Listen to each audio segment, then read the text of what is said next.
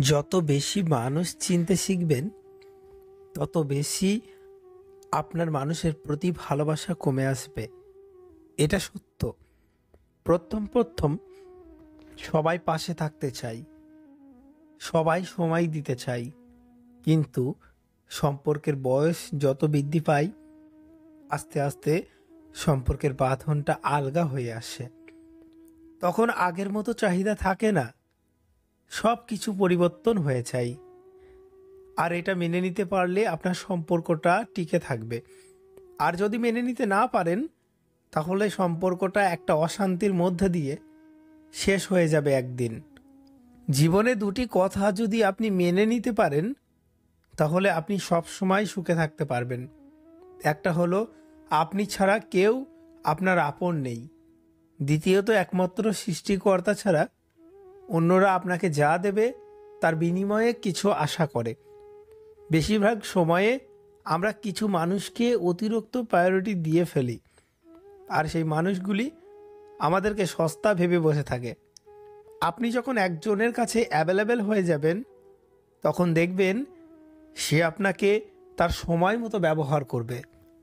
যখন বুঝবেন একটা স্থানে আপনাকে নিয়ে সমস্যা সৃষ্টি হচ্ছে, যখন বুঝতে পারবেন একটা স্থানে আপনার দাম কমে এসেছে, তখন সেই স্থান সঙ্গে সঙ্গে ত্যাগ করে দেবেন।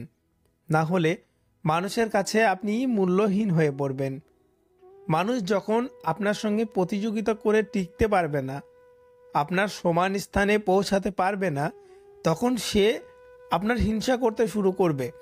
তখন আপনার নামে সে পিছনে বদনাম করতে শুরু করবে। এটাই তো স্বাভাবিক।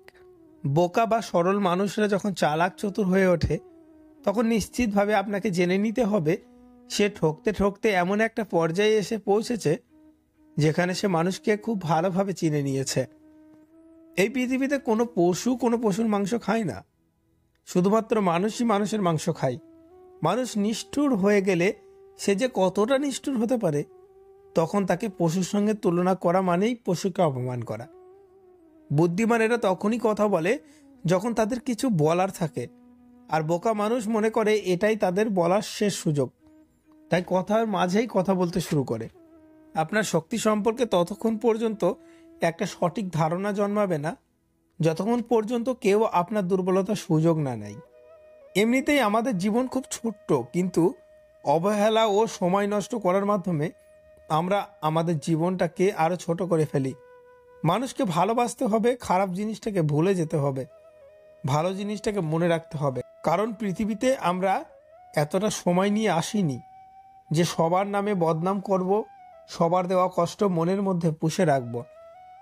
পরিবারের যে সন্তানটি অবহেলায় বড় হয়, ভবিষ্যতে সেই সন্তানটি একদিন মা বাবার আশার আলো হয়ে দাঁড়ায়। এটাই সত্য এবং প্রমাণিত। যে মানুষগুলো বা আত্মীয় স্বজনগুলো তাদের প্রয়োজনে আপনার সঙ্গে কথা বলে, আপনার খোঁজ নেয়, মনে রাখবেন সে আপনার আপনজন নয়, তার কাছে আপনি শুধুমাত্র একটা প্রয়োজন।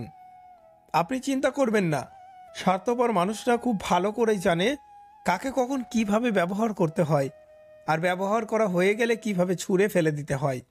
এই বিষয়ে তাদের সঙ্গে আপনি কখনোই পেরে উঠবেন না। রাগ এবং ঝড় দুটি বিষয় একই রকম।